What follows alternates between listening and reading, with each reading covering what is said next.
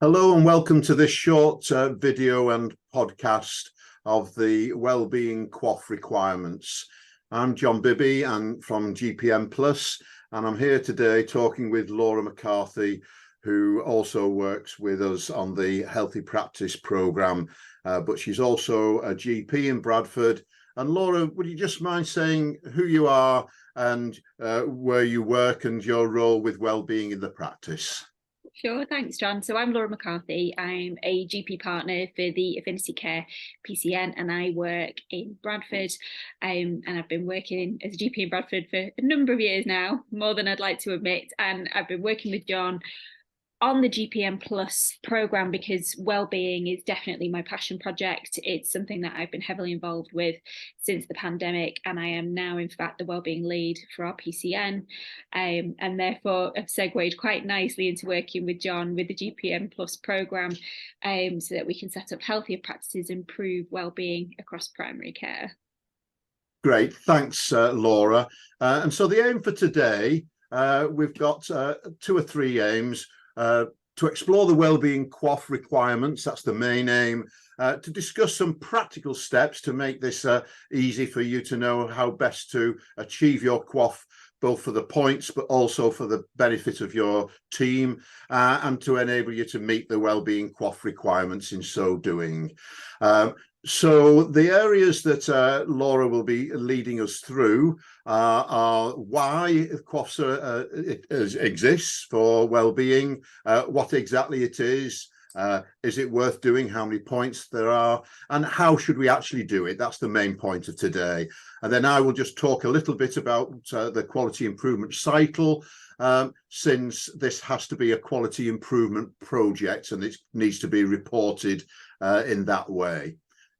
On the screen, you will have seen the already, I'm sure, the Quality and Outcomes Framework guidance for 23-24, and what we're talking about is within that document if you want to see it. So Laura, do you mind saying why this has come about?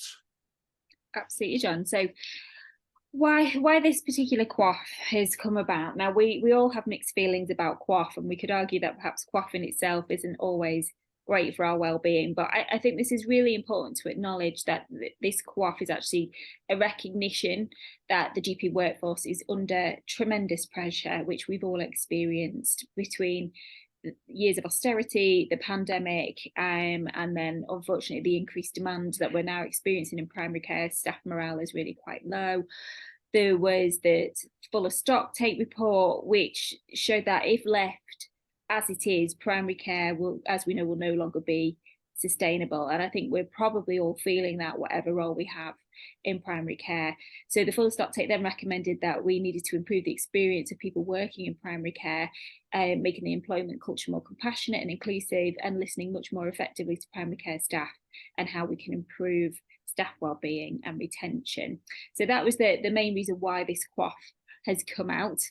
Thank you. So it's clear to all of us that we need this, so it is quite good news that we're actually able to have something that we need to do, I suppose, within the QoF anyway.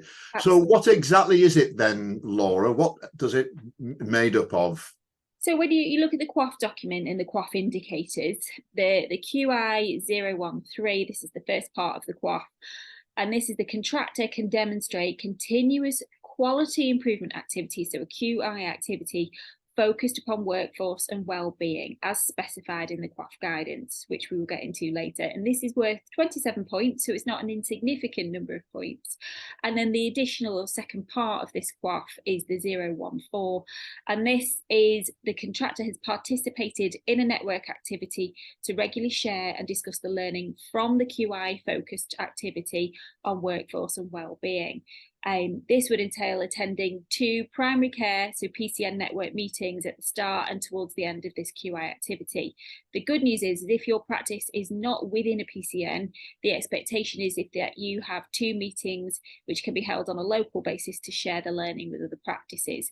So that's worth 10 points, which again isn't insignificant and can probably be quite easily achieved. Thank you. And just carrying on a little bit more detail about that. And I suppose the next slide that we just is up on the screen just says that, doesn't it? It does, yeah, of course, John. So this particular QoF, so the focus of these indicators, as we've probably seen and alluded to already, is contractor engagement and participation in a QI activity. This isn't just making some wellbeing changes. To get the QoF, it needs to be part of a quality improvement activity. And the QoF does recognise that not all QI activities can be successful in terms of that immediate impact on patient care. So if you set up a QI project, you run it, and you don't notice huge improvements, this doesn't mean that you won't achieve your QoF target. And I'm sure I can hear an audible sigh of relief as you all look at that bit of information. So not achieving or noticing an improvement isn't a reason to withhold the QoF points. The workforce and wellbeing indicators are in a format that's going to be familiar to you all when you've looked at those from previous years. And this is about information gathering, identifying an area of improvement, carrying out your 2 meetings either with local practices or within your PCN, and coming up with a plan and some evidence that that plan has been carried out. Thank you. And there are 2 separate bits, as you mentioned before, worth 27 and 10 points. That's right. And there's one of them's 103 and one of them's 104. So would you talk us through those? Sure. So we'll start with 103. So 103 is designing quality improvement project in wellbeing within the organisation, and this is focusing at 3 key areas. They're quite broad. So the first is improving wellbeing resilience and reducing the risk of burnout for the general practice workforce. So no mean feat there. The second area is creating a compassionate and inclusive culture within general practice and supporting the onboarding of new staff. And the third area, as a suggested area of focus, is supporting the training and development of the whole team within general practice and establishing peer support networks. So we've highlighted some very key words there in yellow, and that might prompt you to start thinking of some things you're perhaps already doing or you would like to embellish on a little bit more, or maybe a new project that would help you in your current work in primary care. Thank you. And there is the other section, the 104, isn't there? That's right. So 104 is in addition to the 103. So this essentially is ensuring that you are presenting your findings and following the QI process, where if you are part of a PCN, you'll have 2 meetings, one ideally at the start. So you might introduce what your QI project is or what your data has found, and one towards the end of the QI activity, where again you might present any changes that have happened or changes that haven't happened and perhaps why this hasn't occurred. So you can either do this at your PCN level, or if your practice isn't part of a PCN, then if you present it at 2 local meetings that share that learning with some other practices, you would qualify for those additional 10 points for the QI 104. Great, thanks, Laura. So that's what it entails and what the documentation says. I think it would be worthwhile just looking at the reporting that we as practices need to do, because that would give us a lead into exactly the step-by-step guide that we can talk about next. So again, would you mind just talking through, this is the actual reporting form, isn't it? Absolutely, John. So you can't do all this work and not report it in the right way, otherwise you won't get the points that you've worked so very hard for. So this is the form that needs to be submitted in order to achieve the QoF. And this form will ask you to fill in what areas of workforce wellbeing did the practice identify for your QI project. So you need to have a brief description of that. You need to have formulated your SMART aim for your QI work. So we all know what we mean by SMART aims, and we'll go through that in a little bit more detail later with John, but making sure you've clearly identified your SMART aim. You then discuss what changes have been adopted. You may want to talk about how those changes will be sustained in the future, so it's not just something you run in for a couple of months and then go back to previous behaviours, and what measures or indicators did you use to actually track any improvement if you have noticed it. And then this is the interesting bit, is did you observe some improvements in relation to these measures? and maybe give some detail about how these improvements were achieved. But you can also then say, if you didn't notice an improvement in relation to these measures, perhaps why that might have been, or what the challenge might be, or whether you think it's going to take longer to see those improvements. So there's an area there where you can still gain your points even if you haven't demonstrated an improvement. And then the final area there is, how did the network peer support meetings or local meetings influence the practice's QI plan? So did you develop something together with your PCN? Did you share some learning from before? And how has this then improved on the workforce wellbeing? So it's really important that that form is completed and submitted in order to achieve your points, and to write sensible, clear answers that are QI based, rather than just discussing some nice things that you've introduced. Yes, and that's possibly a little change from a lot of the QoF that we report on, isn't it? So we will, in a few minutes' time, talk about the importance of measurement, and you need to be thinking about that right at the beginning to be able to report it in the way that Laura's just talked about. That's great, Laura. Could you now just talk about the how? So I know the document has 5 stages, and hopefully you'll just talk us through those. But to make it easy for everybody, and it sounds not easy that we've made the 5 into 9 stages, but they seem more logical, and we'll go through that if that's okay. So do you want to just say what the actual document says? Sure. So these are the 5 steps that you will find in the QoF document at how to achieve this particular set of QoF points. So step 1 there, we can see, is undertake an exercise to evaluate your current workforce wellbeing and identify areas of improvement. And these are focusing on those areas we talked about, such as support for new starters, support for different staff groups, looking at absences, looking at how to support your workforce. The second step then, after if step 1 isn't big enough, is then to create an improvement plan with clear aims. So we're thinking about SMART aims and improvement measures, and what changes that you can use with a QI cycle. So you use your data from your cycle, from the first part of your cycle, so your data collection, to inform what changes you're going to make, which can then be demonstrated in cycle 2. So the third step then is actually implementing your improvement plan. So 1, you've done your data gathering and you've decided what area you want to focus on. You've done a survey or some information around that. So you've got something that specific aims that you want to improve. You come up with a plan on how to improve it. You then implement that plan, and then the 4th part is participating in your meetings to share that, and then 5 is completing your QI monitoring template. So these 5 steps aren't really as clear as we would like them to be, which is why we've taken the measures of actually breaking this down into 9 clearer steps, so that the cycle seems more obvious and you can implement that easier. Great. So thank you, Laura. And if you would take us through the very step-by-step practical things that we actually really need to do to achieve those that were just on the screen now. Will do. Okay, so step 1, we need to undertake an exercise to evaluate the current workforce wellbeing factors.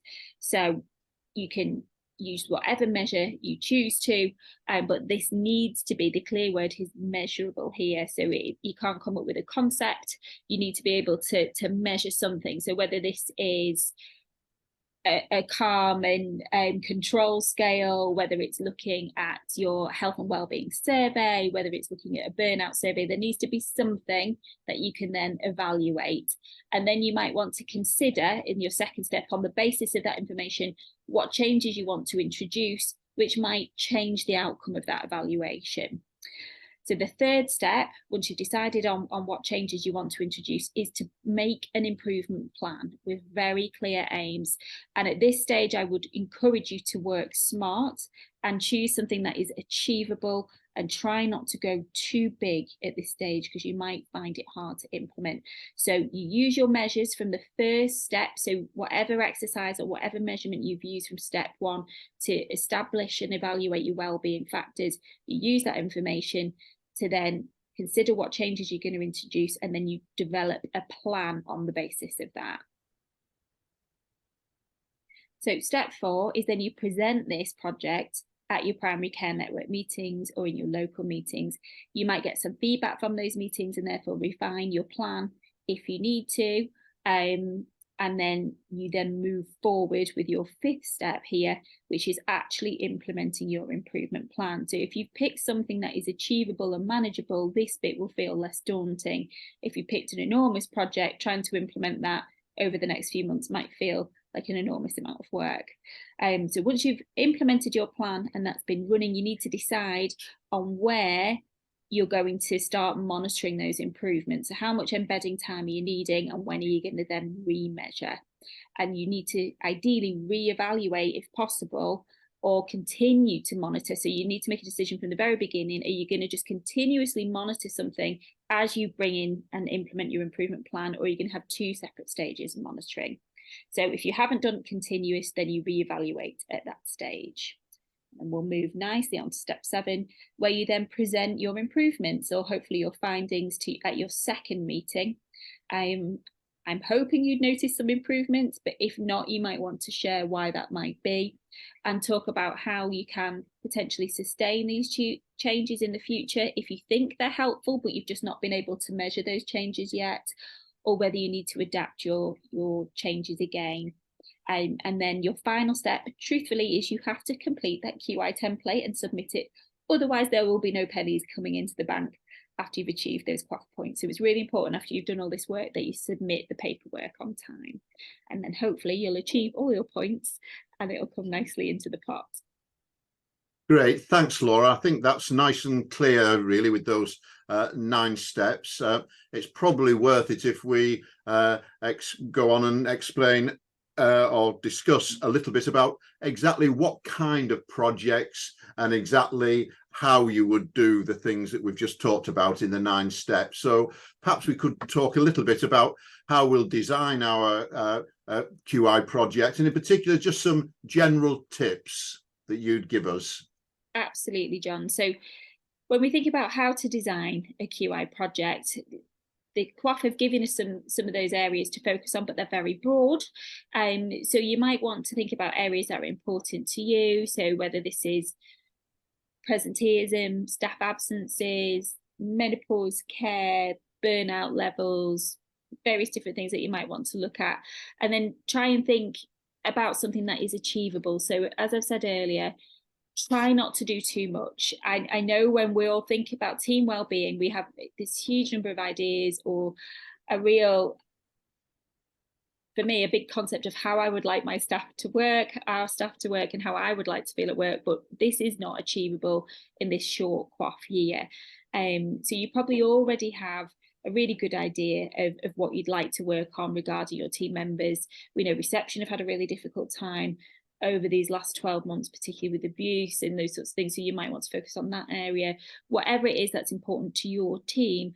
And you need to try and make this really relevant and important and have a very clear objective. In terms of the first part of your QI project is looking at how you're going to measure your chosen area. So you might want to design your own survey. You might want to use some existing resources that are available, such as the NHS staff survey. There are some of the GPM plus measurements, such as the calm and control. There might be a scale of 1 to 5 on general well-being or happiness at work. But use the resources that are already available and make your goal SMART. So we all know you have it's clear, it's measurable, and that you're able to achieve it easily, and then be able to make your improvements and move forward. Thank you very much. So the first step, as you were just saying, is to undertake the exercise to evaluate the current workforce well-being. And I think from what you just said, Laura, the first bit is which group of your team are you going to look at? So it could be everybody, but I think our suggestion is looking at a smaller group, perhaps the group that are particularly under pressure. And it could be any group, but often folks seem to be thinking of looking at receptionists or new starters. But it doesn't really matter. It's up to you with your practice as to what you already know is a little bit of a challenging area that you want to improve. So that's who you will measure. And then the real challenging and bit really to get right, to make it easy for yourselves, is exactly what you will measure. And that will depend on the group that you're wanting to measure. So we can't tell you exactly what you should measure, but we'll give you some tips, but it will depend on the group that you're looking at. But our suggestion would be have specific questions, and when we come in a minute to talk about reporting and measuring, if you can have something that you can convert into a number to be able to measure and show ongoing improvement, that will make it easier for yourself. And then the step 2, consider what changes. That really comes from what your evaluation shows. And you might want to do a little analysis or have a team meeting, reflect and group with the people that you're wanting to support with the well-being, and sort of do a SWOT, or a strength, weakness, opportunities and threats little analysis with them to work out what you could change. Also talk to your colleagues in the nearby practices and in your PCN on what things they're doing, because I'm sure that most of the issues will be similar, and you might as well gain knowledge from the people around you. So Laura, would you mind just perhaps explaining some of the possible interventions, and when we've run this course face-to-face with groups, some of the suggestions that the teams there came up with? Absolutely, John. So when we've run this course before, we've come up with some great ideas from the other groups, and looking at some of the existing resources for interventions. So the first one was introducing a well-being element to a staff appraisal, which could be added in very easily for those appraisals over the year. Utilising the Looking After You coaching, which if you've not come across before, I highly recommend. This is run by NHS England. It's free to access. It's available to all NHS staff members. It can be tailored to team leaders. It can be tailored to you as an individual, or even looking more towards sort of career focus. So there's certainly some excellent resources there. Some practices have suggested, particularly for onboarding new staff, bringing in a buddy programme.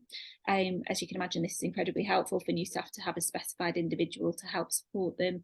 There's mentoring. So of course there's mentoring that runs through the RLMC. There are some other local sources of mentoring, particularly with the nurses, and perhaps you might want to introduce that for your non-clinical staff. There's first 5 support forums. We've definitely seen this in uni qualified GPs. Introducing staff forums for different various staff groups, that can be incredibly helpful. We've certainly had some excellent feedback from those who have introduced that. Without blowing our own trumpet, the GPM Plus training, this is also an excellent resource, can I say, and there's some really good courses you can attend to help improve team well-being, personal resilience, looking at burnout, and lots of other healthy practice strategies. And you can see that in that slide at the bottom. So you might want to think about sending some staff on one of those courses, which are free to attend, I might add.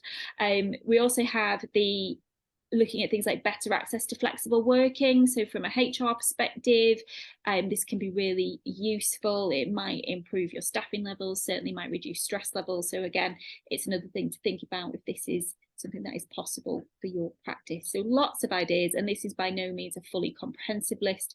This is just some of the ones that have popped out the most to us when we have these discussions.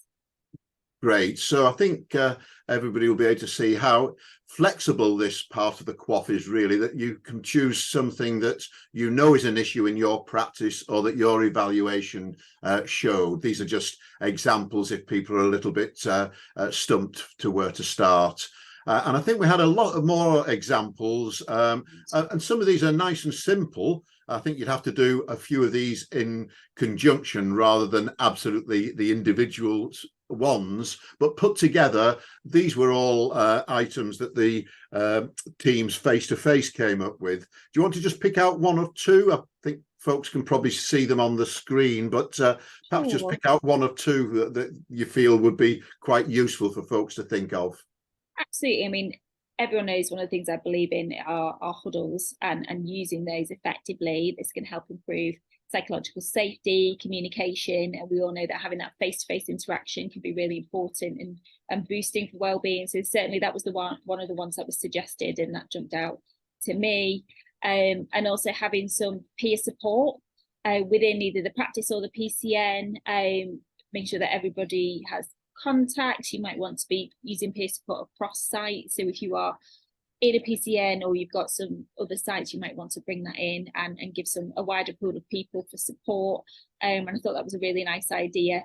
But of course, there's lots on there in terms of team activities to boost morale. And I think probably you're all doing them to some degree in various different ways, but maybe formalising that a little bit more can be incredibly helpful and could be used for this QI project.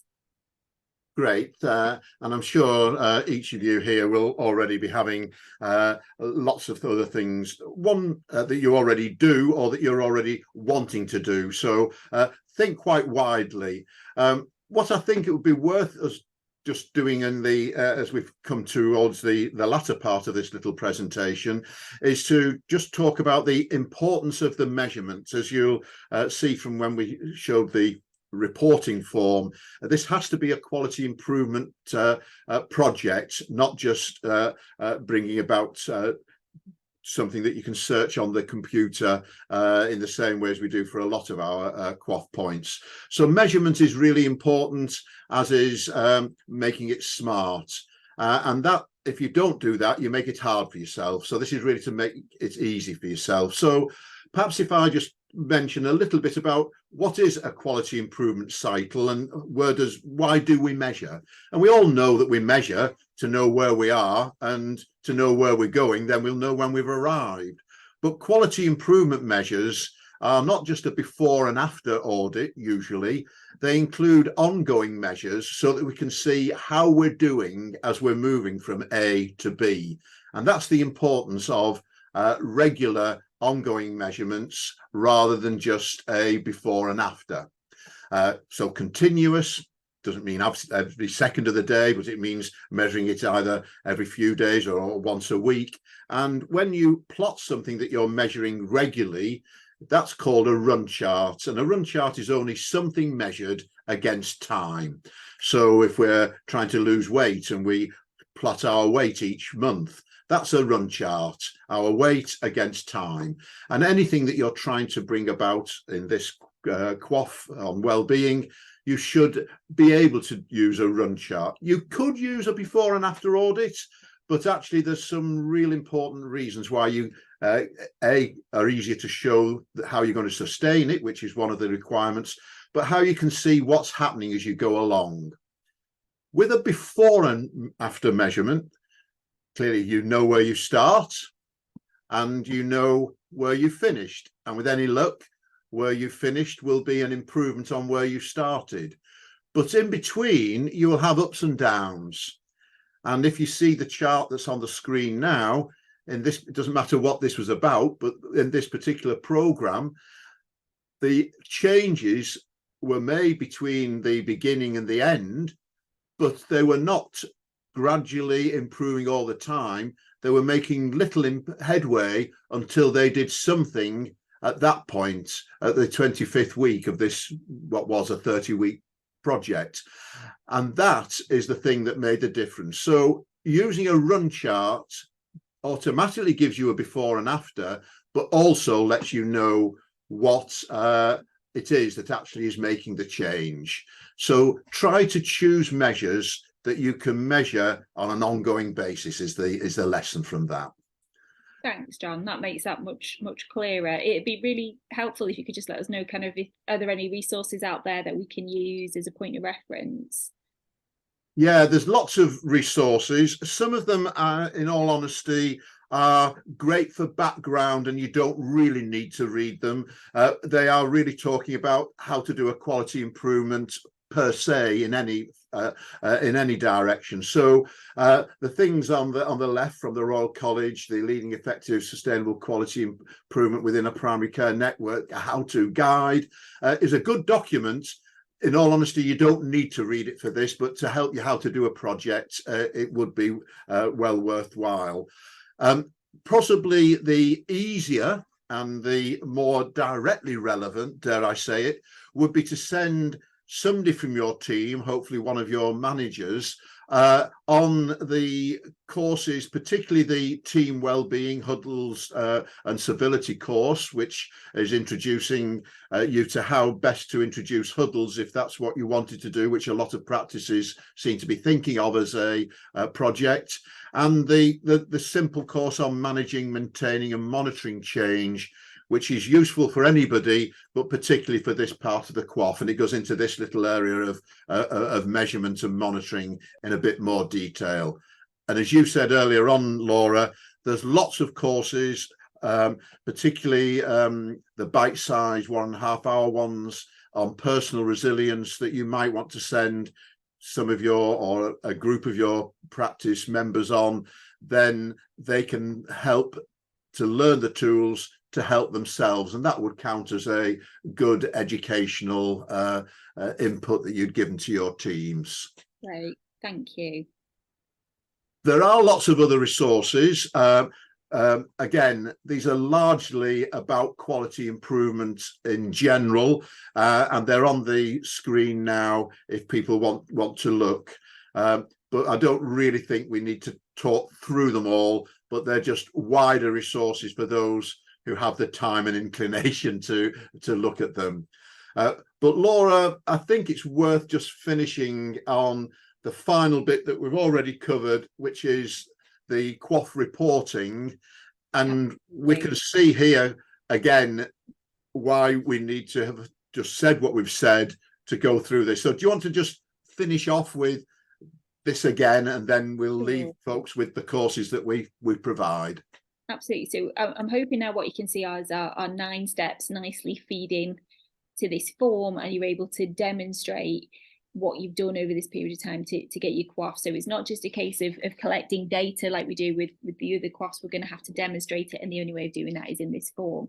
So again, first area is identifying what the need is for a workforce wellbeing need within the practice, and then defining your SMART aim for your QI project, which John's already talked about how to develop, and then what changes have you adopted, can you sustain these changes in the future, what measure did you use to track that improvement, so hopefully you'll have some run charts to demonstrate.